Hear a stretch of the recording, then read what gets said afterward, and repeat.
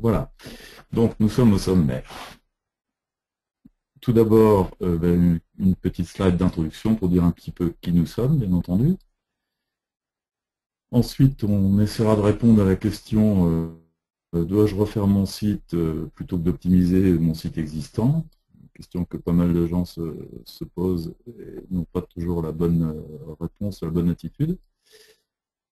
Ensuite, on regardera donc la problématique à traiter et sur un exemple qui est le site du château de Bousséel, qui est en fait un site dont l'activité est constituée de location de chambres d'hôtes et de gîtes familiaux situés à proximité du Mont-Saint-Michel. On regardera les éléments clés du marketing digital, par une slide qui résume un petit peu les différents aspects. On parlera ensuite du choix du logiciel.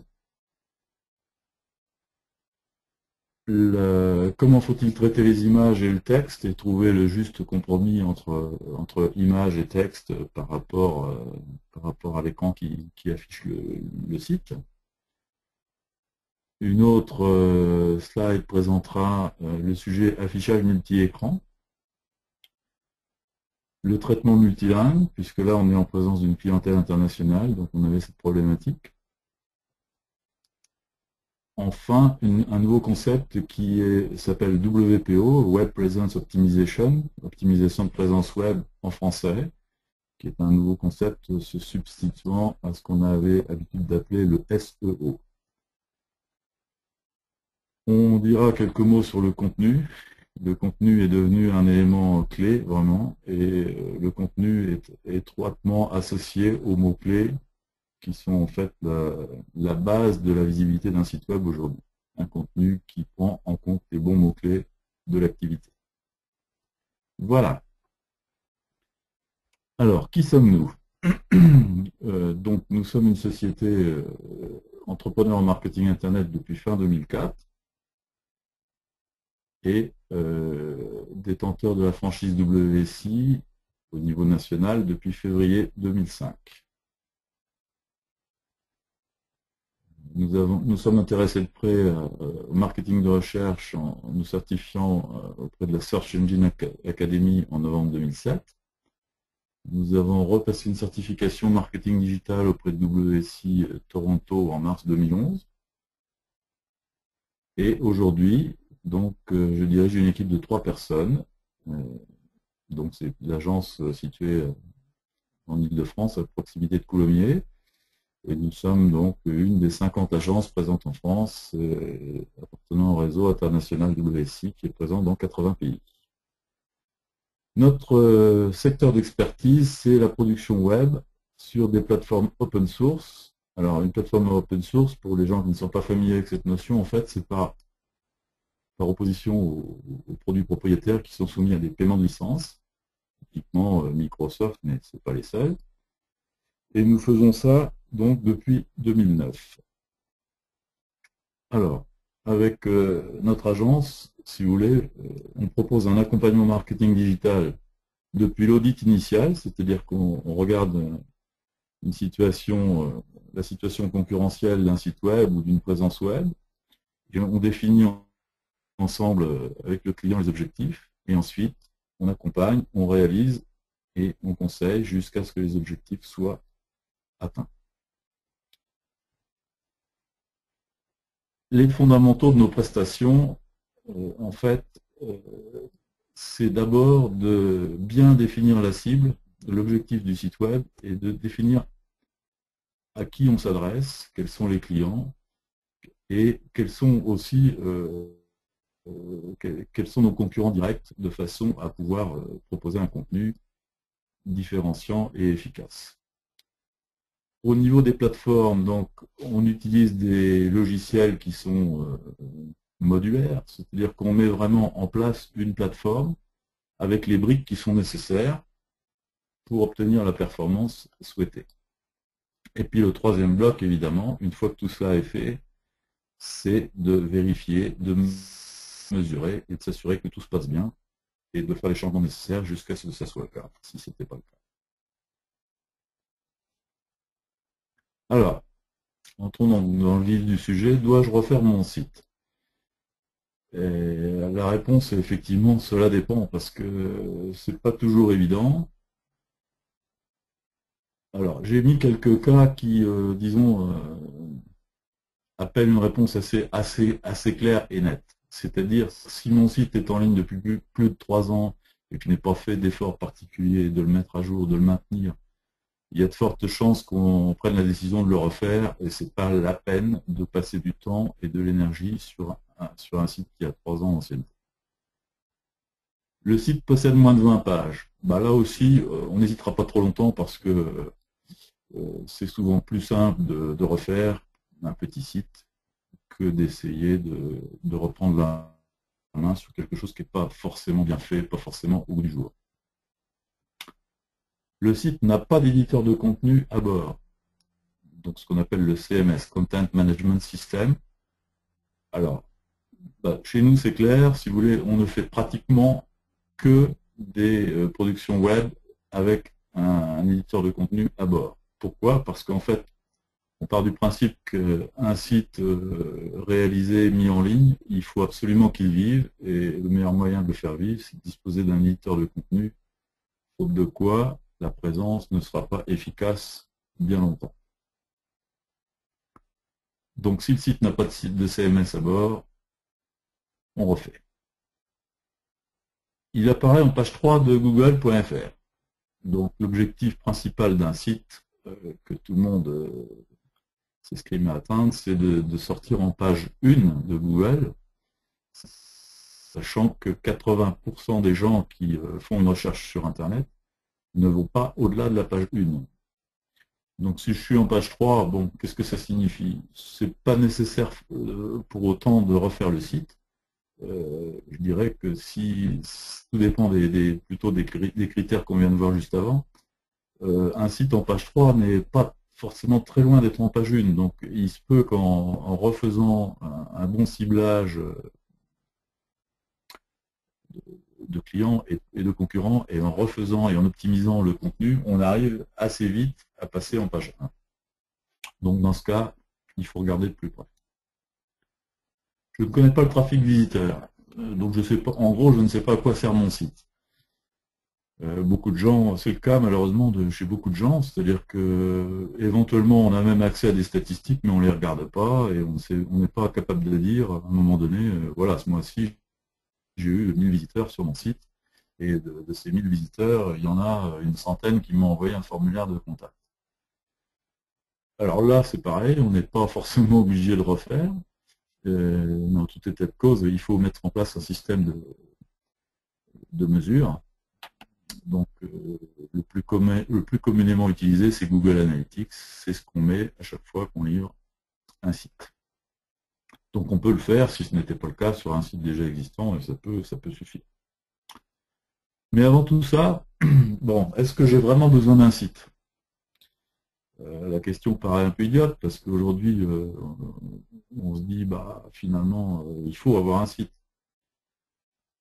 Je dirais pas nécessairement. Enfin, là, je prêche un peu contre ma paroisse, mais il y a des activités où finalement, si on est bien référencé sur des sites je pense par exemple à un restaurant qui va être référencé dans, je sais plus, je crois que c'est La Fourchette ou quelque chose comme ça, enfin, un espèce de guide des restaurants, ça peut très bien suffire.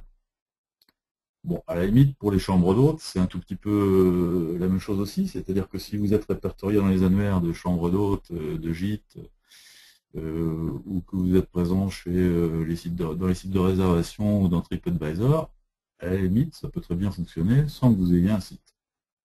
Bon, ceci dit, il est quand même conseillé aujourd'hui, pour pas mal de raisons, d'avoir un site, mais on peut aussi fonctionner sans, et surtout, je pense qu'il ne suffit plus d'avoir un site, il faut aussi avoir d'autres dispositifs en ligne qui en fait constituent votre présence en ligne sur Internet, et comme par exemple avoir une présence dans les réseaux sociaux avec Facebook, avec Twitter, etc. Donc ce qui est très important finalement quand on fait ou quand on refait un site, c'est de répondre à la problématique, c'est qu'est-ce que doit réaliser le site, quel objectif je me fixe, combien de temps je me donne pour les atteindre. Et combien ça coûte? Donc combien ça coûte, c'est peut-être pas exactement la bonne question, mais enfin, quel est le budget qu'il faut que j'y consacre pour que ça ne soit pas un coût, mais que ça soit productif pour mon activité. Donc c'est plutôt un investissement quand même. Bah, le conseil tout simple que nous on donne à nos clients, à nos prospects, aux gens qu'on rencontre, c'est finalement commencer par faire un audit concurrentiel, contacter WSI, vous avez certainement des agences qui sont pas très loin de chez vous, qui est facile de contacter. Et une des premières prestations qu'on fait, c'est effectivement un audit concurrentiel de votre présence, de façon à voir qu'est-ce qu'il convient exactement de faire et combien ça va vous coûter. Voilà, donc là on arrive vraiment dans le cas de l'exemple que je souhaite partager aujourd'hui avec vous. Il s'agit donc du site Château de Bousséel. Donc c'est un site web qui est en ligne depuis 2001, qui a été maintenu mais vraiment de façon très épisodique. Il y a peut-être eu 2 ou 3 fois des travaux de mise à jour de contenu, mais c'était vraiment symbolique. Donc l'adresse du site est celle-ci, www.châteaudeboussel.com. Donc vous avez l'image en dessous de ce qu'était le site avant qu'on décide on arrive à convaincre le client qu'il fallait qu'il le refasse. Donc ce site était techniquement obsolète. Au niveau de la navigation, c'était réalisé avec des petits liens un petit peu partout. Il n'y avait pas de structure, de page, de sous-page, enfin où il y en avait mais très peu. C'était pas cohérent. Il n'y avait pas des pages en anglais, il n'y avait pas les mêmes pages qu'en français, ni en espagnol. Enfin bon, c'était vraiment pas très efficace. Au niveau des images, on était en 2001 dans la génération des connexions à bas débit, c'est-à-dire qu'on était avec des toutes petites images, et connexion à bas débit et photos argentiques, hein, donc des scans de pas très bonne qualité, compressés. Donc tout ça n'était pas très flatteur pour les gens qui arrivaient sur le site. Pas d'éditeur de contenu, si bien qu'à chaque fois qu'on a besoin de faire un changement, on est obligé de contacter le prestataire et de lui payer la prestation pour changer, pour mettre des nouvelles photos, etc. Alors il y avait quand même des choses pas trop mal pour l'époque qui étaient des vues panoramiques 360 degrés pour montrer les chambres, pour montrer l'extérieur du château, etc. Bon, dans l'idée c'était pas mal, ça se faisait bien à l'époque, mais bon, elles étaient quand même assez bas de gamme et finalement, bon, on a décidé qu'il valait mieux pas les conserver. Alors le site était pratiquement invisible en naturel, on faisait des recherches, je crois qu'il y avait une expression, on arrive à le trouver, mais c'était vraiment le coup de chance. Donc en clair, les gens qui connaissaient le château de Bousséel, qui tapaient château de Bousséel, évidemment arrivaient sur le site. Par contre, tous ceux qui tapaient chambre d'hôte, gîte, Bretagne, etc., n'arrivaient, enfin avec quasiment aucune chance d'y arriver, sauf au travers d'autres sites, et on le verra sur la slide suivante, d'autres sites qui pouvaient éventuellement donner un lien vers ce site. Alors, au niveau de l'adresse, au niveau du nom de domaine, l'URL utilisée, châteaudeboussel.com, évidemment, elle est discutable, parce que la notoriété du château de Boussel, alors quand on se trouve à 10 km du Mont-Saint-Michel, il aurait été probablement beaucoup plus futé, beaucoup plus productif de prendre un nom de domaine qui contienne Mont-Saint-Michel, ou gîte Mont-Saint-Michel, enfin quelque chose comme ça. Alors, par contre, au chapitre des bonnes nouvelles, néanmoins, il y avait quand même des points positifs, c'est que l'offre, parce que c'est quand même ça qui est important à la base, on peut avoir un site très bien et qui soit très bien facile à trouver sur Internet, si derrière vous offrez un produit qui n'est pas satisfaisant et qui génère des commentaires négatifs dans les sites spécialisés, c'est pas bon. Là, on a une offre qualitative, donc on est dans un authentique château, le service est top niveau, à tel point qu'ils ont été élus meilleur site au niveau de l'accueil en Normandie en 2012 par TripAdvisor. Donc ça, c'est un super bon point, et c'est ce qui permettait en fait d'avoir un bon remplissage du château. Et donc on est dans un havre de verdure et de tranquillité en pleine campagne à 10 km du Mont-Saint-Michel. Donc idéal pour passer des vacances en famille, une semaine dans un gîte par exemple. On a une clientèle internationale, en particulier en provenance des États-Unis, qui est fidèle et qui fait du bouche à oreille. On est dans un lieu chargé d'histoire parce que finalement, il y a le Mont-Saint-Michel, mais il y a aussi la proximité des plages du débarquement, de 6 juin 44. Donc on attire là une clientèle internationale qui vient généralement autour de la date anniversaire, mais pas que, pour se rendre sur les plages du débarquement. Donc il y a un concours favorable, je dirais, au niveau de l'attraction. Et donc on a un bon remplissage au travers de TripAdvisor. Et autre chose que j'ai évoqué il y a quelques minutes, c'est on a eu une mise en place de liens depuis des sites pertinents, depuis donc l'année 2009. Donc on a 500 sites, 500 liens de domaines qui pointent vers le site et qui ont la plupart, enfin un certain nombre qui sont très pertinents par rapport à la location chambre d'hôte. Donc, notre fourniture initiale. Étant donné qu'il y avait un vrai problème avec des photos et que le propriétaire n'était pas en mesure de nous donner des nouveaux clichés, donc on a commencé par faire une prestation de prise de vue pour avoir des clichés numériques de qualité et de façon à pouvoir, disons, donner confiance et montrer la qualité des chambres de façon à ce que les gens ne soient pas effrayés et se disent à 165 € la nuit, c'est quelque chose de formidable. On a décidé donc une refonte complète avec un logiciel open source standard du marché, doté d'un éditeur de contenu, pour, disons, compléter le contenu et aussi pour inciter les visiteurs à rester plusieurs jours et typiquement réserver un gîte pour une semaine avec leur famille. On a décidé de faire une rubrique tourisme assez complète, parce qu'il n'y a pas que les plages du débarquement, il y a aussi pas mal de choses aux alentours, Saint-Malo, etc. Alors ensuite, après plusieurs tentatives, on s'est rendu compte que ce qu'il fallait vraiment, c'est que les gens arrivent tout de suite dans le vif du sujet, c'est-à-dire sur les images qui montrent le château et qui montrent l'intérieur des chambres, qui montrent le parc.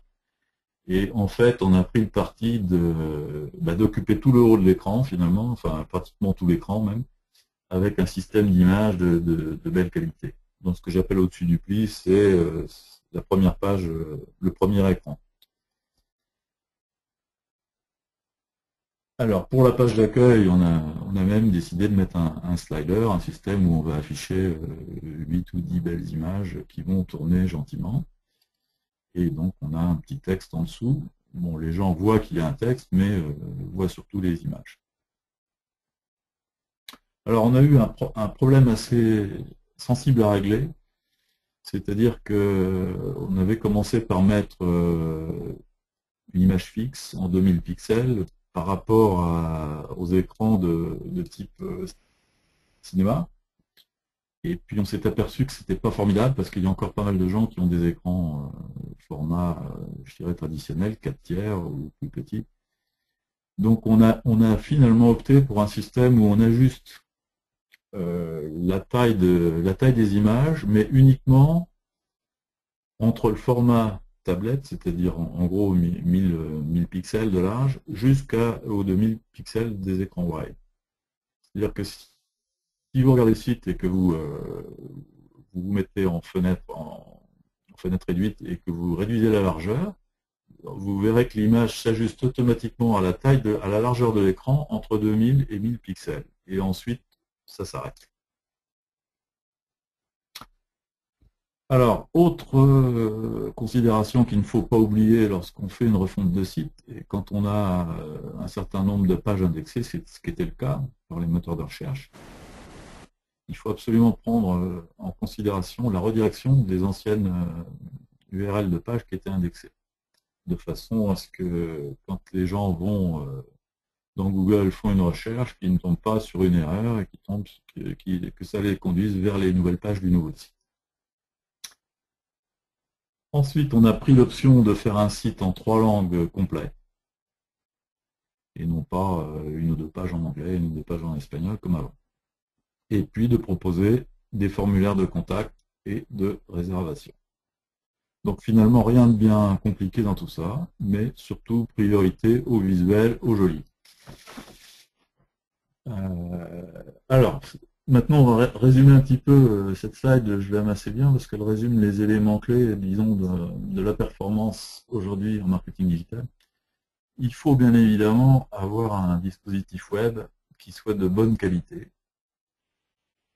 Donc, que ce soit le site, que ce soit le blog, il faut une bonne ergonomie de navigation, il faut prendre en compte le format mobile, l'accessibilité, c'est-à-dire respecter un minimum les règles de contraste et de visibilité pour les gens qui ont des difficultés d'ordre visuel, traiter correctement le contenu et avoir donc une technologie qui soit au goût du jour. Le deuxième bloc auquel il faut s'intéresser, une fois que la technologie est correcte, c'est en fait la performance par rapport au moteur de recherche, donc le marketing de recherche. Donc de façon à disposer d'une visibilité organique, donc gratuite, mais parfois, dans certains cas, on peut aussi privilégier une présence plus sous forme de visibilité payante au travers de campagnes publicitaires sur Google. Dans tous les cas, il faut qu'on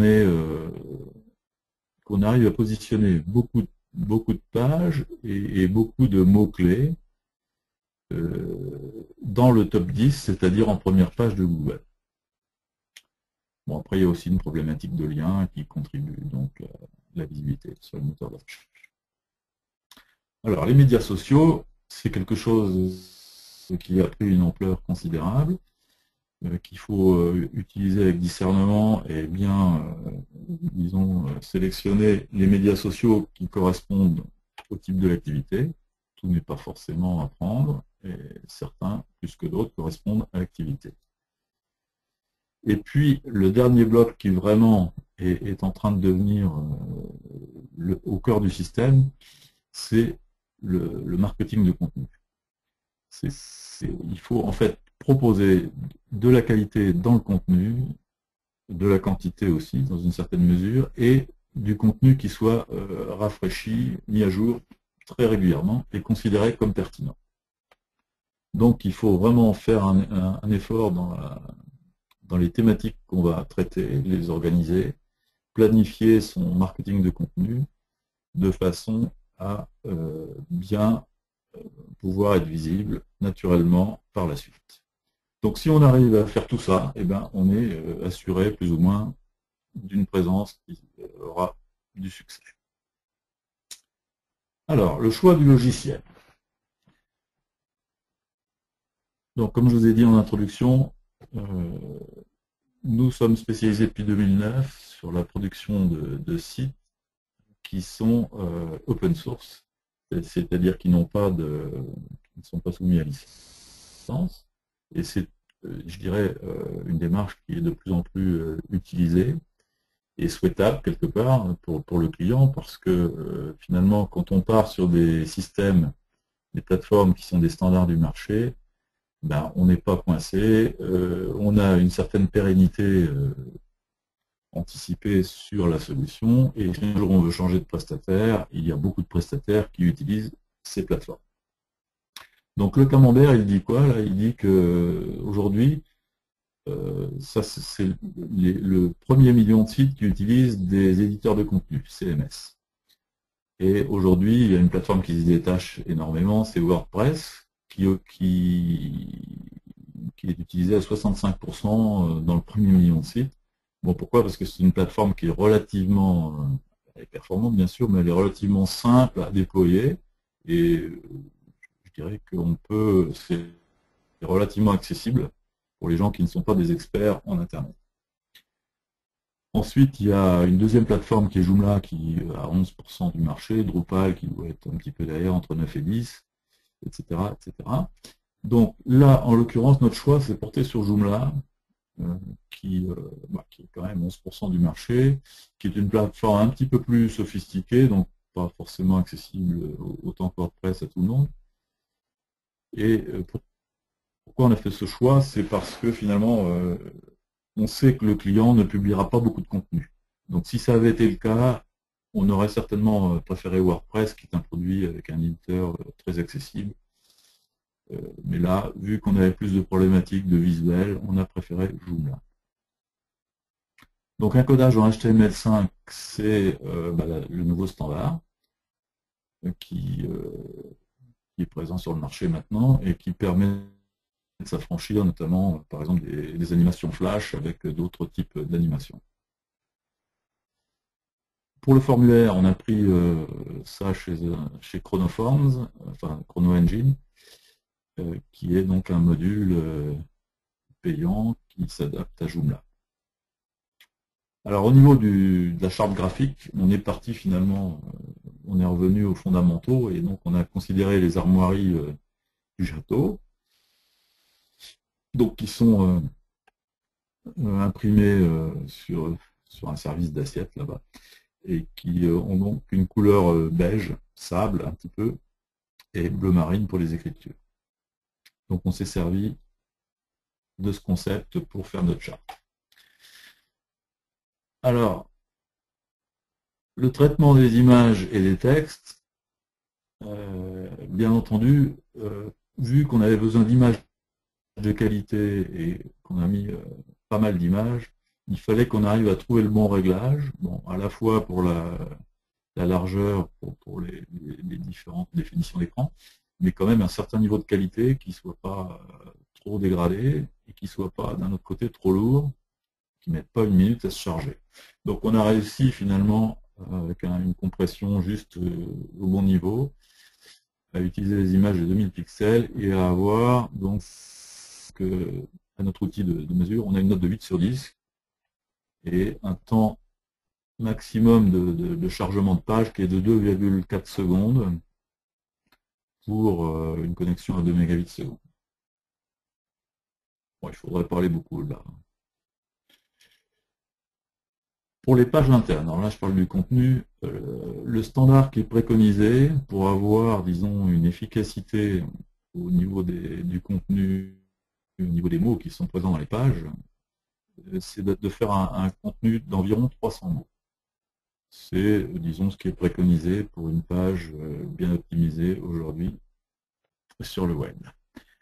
Sachant qu'on essaye disons, d'optimiser une page pour une expression clé, et non pas faire comme on faisait avant, mettre une page et puis dans la balise des mots-clés, mettre 25 mots-clés, sachant que la plupart ne sont même pas présents dans la page, qui ne servent plus du tout à rien. Par contre, il faut toujours prendre soin de renseigner ce qu'on appelle les balises méta, donc la balise titre, donc le titre de la page.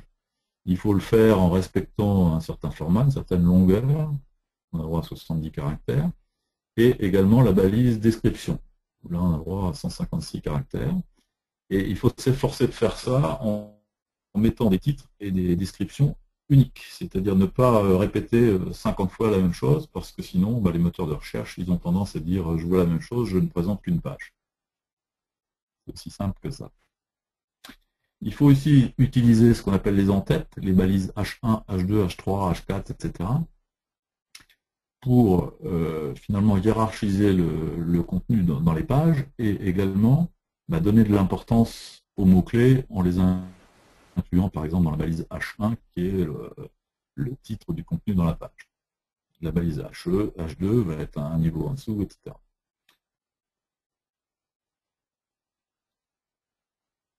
Et une chose importante par-dessus tout ça, c'est qu'il faut surveiller la densité des mots-clés, c'est-à-dire que bon, on va optimiser la page pour un mot-clé, mais on va loger éventuellement quelques autres mots-clés dans une liste qu'on aura pris soin d'établir. et on va vérifier la densité des mots-clés. Il n'en faut pas trop. Il faut pas que ça, déjà, il faut que ça se lise correctement. Il ne faut pas faire une page bourrée de mots-clés parce que c'est affreux. Et la bonne règle, c'est lorsqu'on vise une expression, c'est de la trouver entre 2 fois et 5 fois dans la page, pas plus. Alors, concernant l'affichage multi-écran. Donc aujourd'hui, effectivement, l'interface de communication web, elle est disponible en 4 écrans, et j'ai tendance à dire 5 maintenant. Donc les quatre formats, c'est le smartphone en horizontal, en vertical, ensuite la tablette, et l'ordinateur de bureau fixe ou portable, enfin ordinateur de bureau, oui, enfin moniteur et écran de portable, et le nouvel écran qui va, à mon avis, se propager très vite, enfin c'est déjà présent, mais qui va vraiment se vulgariser, je pense, l'an prochain, c'est la TV connectée ou la Smart TV. Donc aujourd'hui, dans une maison, on pourra aussi bien regarder, naviguer sur Internet à travers son écran de télévision. Alors, ce qu'il faut savoir également, c'est que à ce jour, il y a davantage d'écrans mobiles connectés que d'ordinateurs de bureau classiques. Donc il est absolument impératif, lorsqu'on fait un site, de proposer un système qui va adresser les différents formats. Le problème, c'est que si on ne le fait pas et que par exemple on ne se préoccupe pas du smartphone, et ben, le résultat, c'est que tous les gens qui arriveront sur votre site avec un smartphone, il va y avoir un taux de rebond. Donc, le taux de rebond, c'est le nombre de gens qui arrivent et qui repartent sans aller plus loin. Le taux de rebond va être beaucoup trop élevé. Typiquement, un taux de rebond acceptable, la norme c'est 30%. Bah, quand on va être sur un smartphone, si on n'a pas pris le soin de coder un contenu qui s'adapte bien dans l'écran du smartphone, on va être à 40 ou 50% de taux de rebond. Alors, une autre tendance qui se confirme, alors là, énormément depuis un an, c'est que avant on avait l'ordinateur familial dans le salon, hein, un PC avec un PC fixe, une tour avec un moniteur, généralement. Aujourd'hui, l'ordinateur familial est devenu la tablette. Avec l'avantage, c'est que c'est beaucoup plus facile, et on peut la regarder tout en regardant la télévision ou en faisant autre chose, en écoutant de la musique, et ça fonctionne très bien. Alors, le multilingue. Étant donné qu'on touche un public international, en l'occurrence, donc le contenu est au minimum bilingue, français-anglais, et pour ça, il y a plusieurs façons de faire. Alors le plus simple, entre guillemets, ce sont ce qu'on appelle des modules multilingues, qui en fait ne font pas des pages dans les différentes langues, mais vous proposent des masques et vous allez saisir en fait les différents contenus dans les différentes langues. Mais en termes de langage, de codage web, si vous voulez, il n'y a qu'une seule page. Et vous avez un petit drapeau qui vous permet de présenter un contenu dans une langue ou dans l'autre, mais c'est pas très efficace. Pourquoi? Parce qu'en fait, on ne va pas pouvoir s'optimiser au niveau du contenu par rapport aux différentes langues et aux différents pays d'où les gens vont naviguer. Donc ça va bien pour des petits cas simples, mais c'est quand même pas très très bien. Donc là, ce qu'on a fait, et c'est ce qui est préconisé, c'est en fait de créer des pages pour chaque langue. Et donc là, si on regarde un petit peu comment se présentent les URL du site, donc dans le répertoire.fr, on a les pages en français, dans le répertoire en anglais, on a l'anglais, et en espagnol, on a l'espagnol. Alors, il existe aussi un autre système qu'il est bon de connaître, mais à utiliser quand même avec discernement. C'est ce qu'on appelle les modules de traduction instantanée, un genre Google Translate, c'est-à-dire que vous définissez dans votre site web le nombre de langues dans lesquelles vous souhaitez que les gens puissent afficher le contenu. Et lorsque les gens cliquent sur le drapeau de leur pays, en fait, le contenu de page se traduit instantanément dans leur langue. Donc c'est pas trop mal pour, disons, des contenus simples et surtout pour des langues exotiques où vous souhaiteriez être vu, et puis dans certains pays comme, je ne sais pas, mettons la Chine, ou les langues russes, ou autres. Donc ça peut être intéressant pour, si on veut faire une page simple qui explique qui on est, comment nous contacter, etc., d'avoir ce genre de module. Mais bon, à utiliser avec parcimonie. Donc ce qui est important de toute façon, il faut avoir présent, si on veut sortir naturellement sans être obligé de faire de la publicité payante, hein, il faut absolument que le contenu des pages dans les différentes langues soit optimisé avec les mots-clés spécifiques à chaque pays et donc fonction en fait des recherches que les gens sont amenés à faire dans tel ou tel pays. Il se peut par exemple, si on a certains sujets un petit peu techniques, moi j'ai eu le cas bien des fois, d'être obligé de mettre des mots en anglais, par exemple, pour je sais pas, des services informatiques, des choses comme ça, ou télécom, parce que les gens, même étant en France, ne taperont jamais le vrai mot français, ils vont taper le mot anglais. Donc il faut pour ça faire une recherche de mots-clés et s'assurer des mots qui sont cherchés par les internautes, de façon à produire un contenu suivant chaque pays qui soit pertinent. Alors, un concept qui maintenant, donc je vous ai dit tout à l'heure, remplace ce qu'on appelait précédemment le SEO, Search Engine Optimization, et qui donc vise à avoir une présence, un bon référencement naturel, une visibilité gratuite. On appelle ça le WPO, Web Presence Optimization, et c'est en fait une association assez complexe entre le techniquement correct, effectivement avec les balises, comme on a expliqué un petit peu avant, mais c'est aussi, donc 10% de ça doit toujours exister. La grosse nouveauté, c'est la publication de contenu pertinent et régulier. C'est-à-dire que si vous voulez rester visible, il faut produire continuellement du contenu pertinent pour votre activité. Donc ça, c'est vraiment très important à savoir. Et ce qu'il faut aussi, bien entendu, maintenant, c'est avoir un engagement dans les médias sociaux et mesurer les signaux qui remontent depuis ces médias. Donc, en gros, c'est le cocktail idéal, c'est 10% de SEO et de liens entrants. Alors, les liens entrants, il faut savoir que c'était une pratique très utilisée précédemment. C'est une pratique aujourd'hui qui est devenue limite dangereuse. Il faut vraiment faire du qualitatif et non du quantitatif. Donc, 80% de contenu et 10% d'engagement social. Donc, c'est pour ça qu'on est amené à dire maintenant le contenu héros. Je ne sais pas si on s'arrête un tout petit peu, si éventuellement il y a des questions ou si je poursuis. Tu peux poursuivre, Thierry. J'ai une question et puis après on laissera, on vous laissera un petit peu de temps pour les poser. D'accord. Donc, le cycle là qui est préconisé et utilisé, c'est de partir des mots-clés stratégiques pour l'activité, de faire un audit concurrentiel, de bien regarder où sont ses concurrents, de faire la partie optimisation de contenu en mettant au bon endroit et en quantité suffisante les mots-clés stratégiques. Ensuite, d'analyser comment se comportent les gens sur le site internet, d'analyser en fait le taux de conversion, c'est-à-dire à partir de mes visiteurs, combien vont faire l'action que j'ai souhaité qu'ils fassent, et d'enrichir tout ça continuellement avec la publication de contenu. Alors, un site est pertinent pour une thématique donnée si il a plus de 100 pages indexées correctement, optimisées.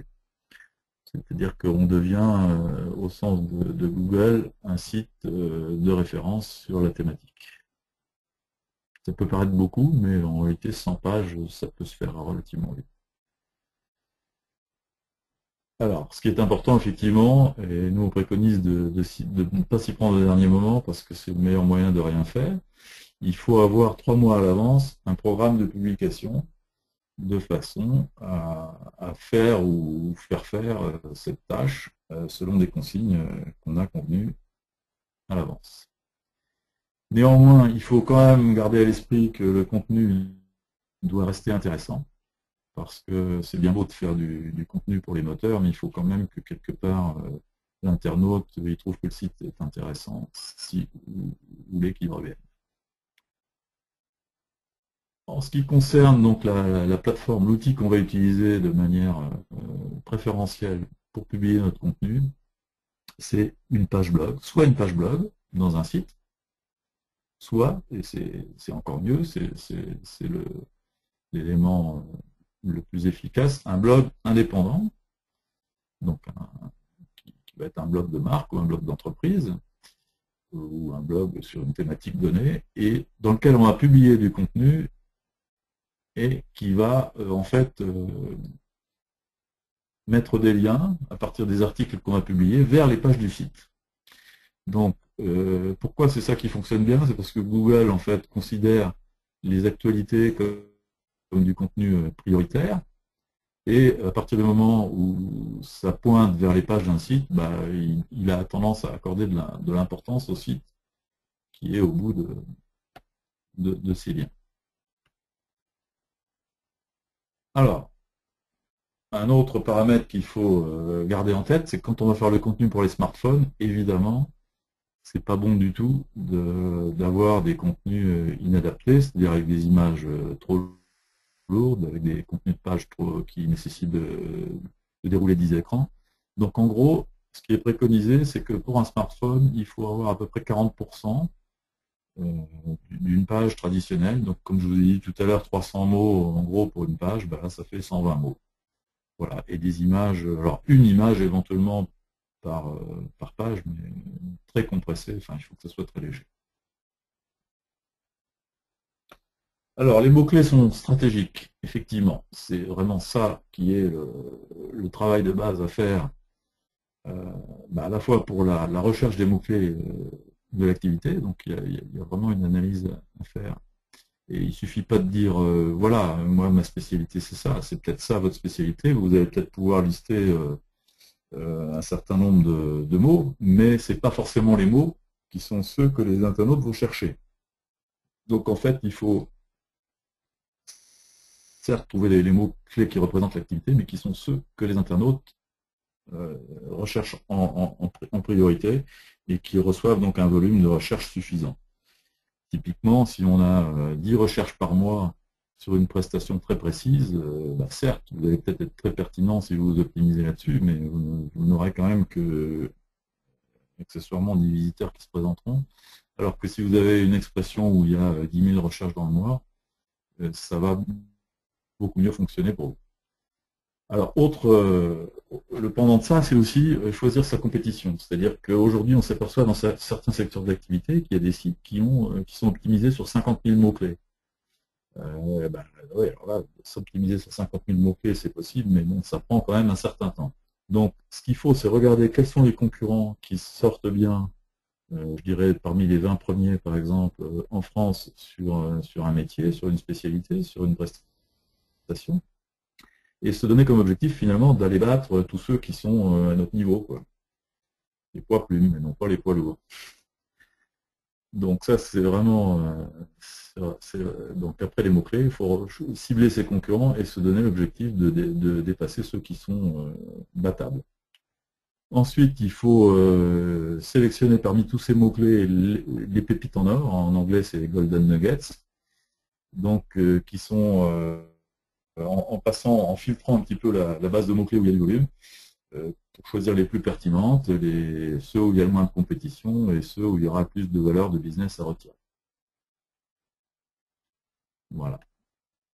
Alors, en guise de conclusion, donc voilà, ça c'est notre audit.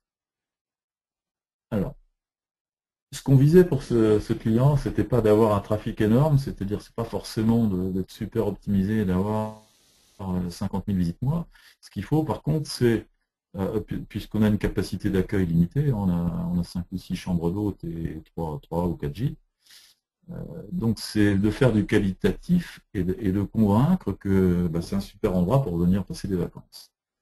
Alors, néanmoins, en termes d'audit entre la date du 17 août 2011, qui était l'ancien site en ligne, et le 18 avril aujourd'hui, j'ai passé le scan tout à l'heure, on s'aperçoit que les notes sur les différents sujets sont quand même bien meilleures, hein, c'est des notes sur 10, sachant que ce site est en ligne depuis à peu près un mois, donc on va continuer de l'améliorer.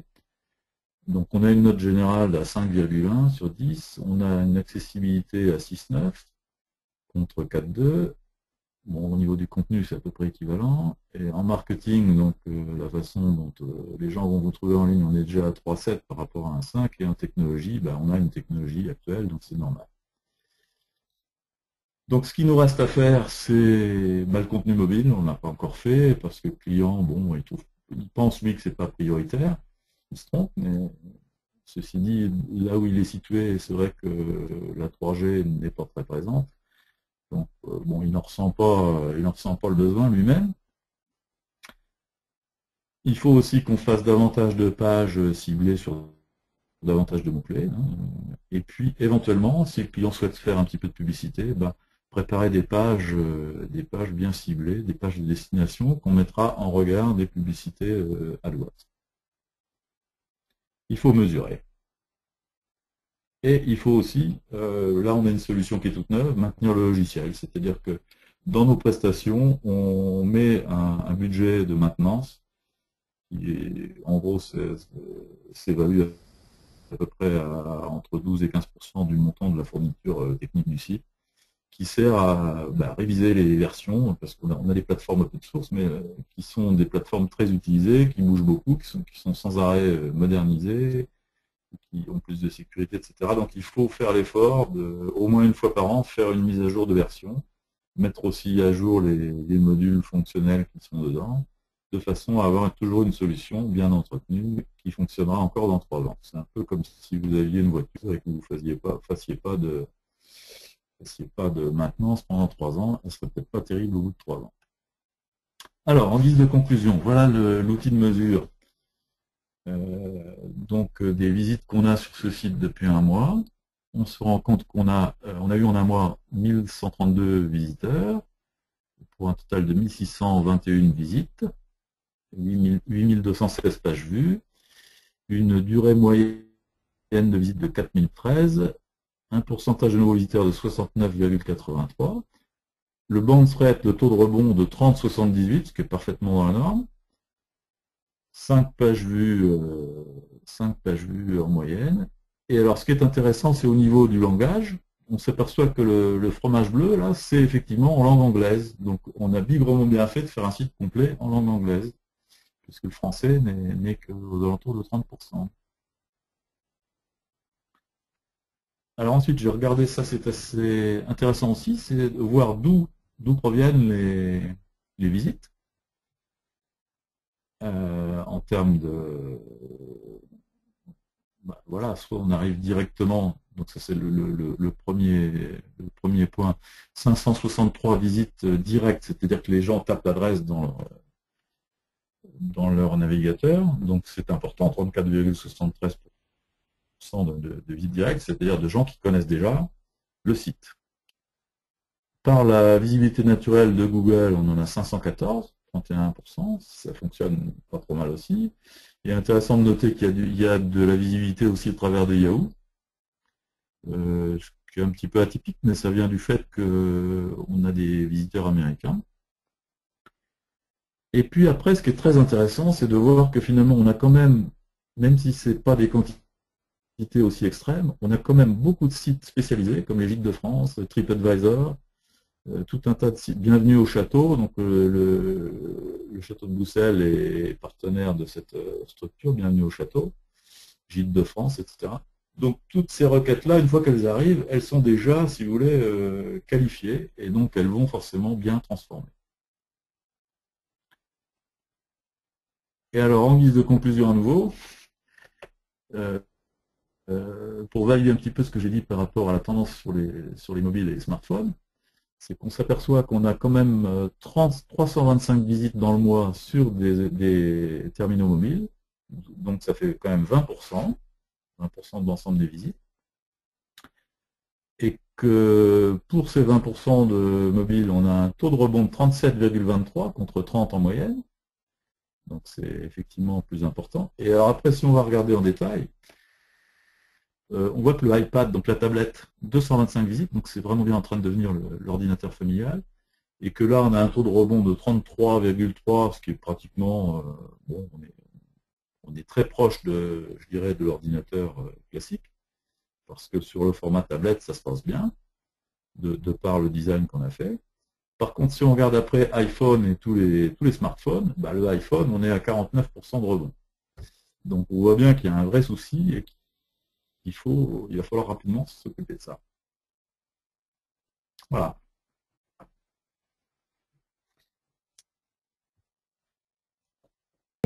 Merci Thierry. Alors on a un écho, donc je vais te muter. Donc merci à vous tous d'avoir participé.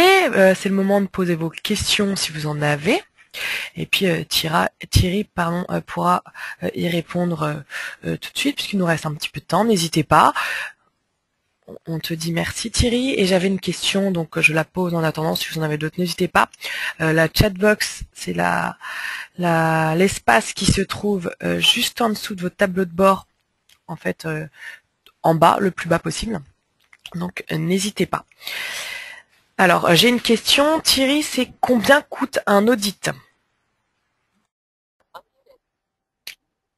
Alors un audit, c'est essentiellement variable, mais je dirais que typiquement c'est entre 1000 et 5000 euros en fonction de l'importance du site, en fonction du secteur d'activité, du niveau de concurrents, du nombre de concurrents, etc. Donc certains domaines sont très très difficiles à auditer. Il m'est arrivé il n'y a pas longtemps de faire des audits sur des secteurs niches où on a du mal à trouver les mots-clés, c'est-à-dire il va falloir passer une semaine à trouver une liste de 100 mots-clés qui vont chacun entre 20 et 50 requêtes par mois. Donc là, ça va être très délicat. Par contre, sur les secteurs d'activité où c'est assez grand public, où les choses sont relativement claires, là, on va plus vite. Et bon, voilà. Très bien, merci Thierry. J'ai une autre question. Quelle formation pour faire en fait auditeur de site? Donc c'est une question qui est posée. Quelle formation pour devenir auditeur de site?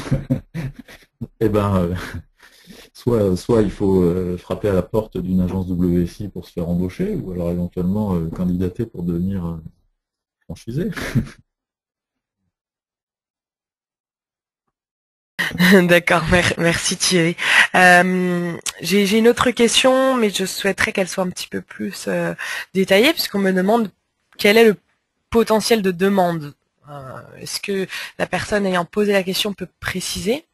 Et après, on pourra peut-être répondre à la question, à moins que Thierry, tu vois déjà quel est la potentiel de la demande sur le marché? Potentiel de demande sur le marché? C'est encore un peu flou, en tout cas pour moi. Quel est le potentiel de demande? En fait, le marché... Bon. Je vais laisser la personne essayer de détailler un peu plus sa question. Sinon, j'en ai une autre. Quel budget pour la création d'un site web de type le château de Boussel, Thierry? Bah, typiquement, alors si on fait abstraction de la partie audit, bon, moi j'aurais tendance à dire que là on est dans un cas relativement simple et en gros on fait un audit à 1500 euros et ensuite on a une fourniture de site aux alentours de 4 à 5 000 euros. Ok, merci Thierry. Alors, ah voilà, d'accord. On vient de préciser la question, donc très bien, merci. Alors, quel est le potentiel de demande pour la création et refonte de sites web?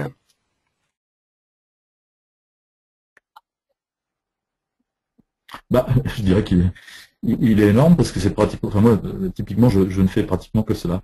C'est-à-dire qu'il faut partir du principe que 90% des sites existants en ligne ne sont pas performants pour des tas de raisons. Soit ils sont trop vieux, soit ils n'ont pas ils sont pas faciles à maintenir, soit la personne qui vous l'a fait n'est plus là, soit, enfin bon, bref, soit il n'y a pas eu du tout la réflexion stratégique au niveau du contenu, et donc, à moins de payer une somme significative tous les mois en publicité sur Google AdWords, ça ne fonctionne pas.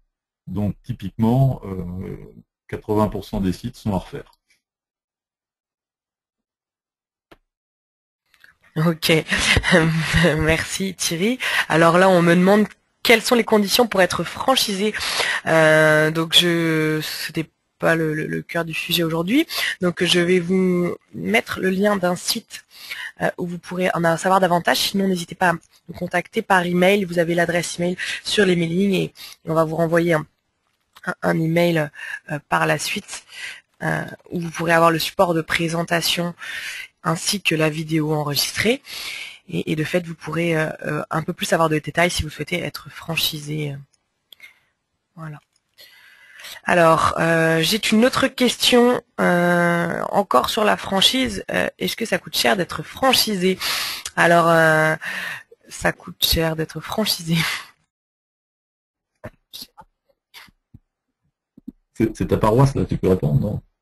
En fait, le niveau de prix dépend du territoire qu'on veut occuper, si c'est local, régional, national ou multinational. Ok, merci Thierry. En tout cas, pour les personnes qui se posent des questions sur la franchise, n'hésitez pas à nous renvoyer un mail à la suite de ce webinaire et on vous donnera plus d'informations à ce sujet. Et je vais vous mettre dans la chatbox le site internet pour avoir plus de renseignements. Voilà. Je laisse quelques instants. Est-ce qu'il y a d'autres questions? Pas pour le moment, j'attends un petit peu.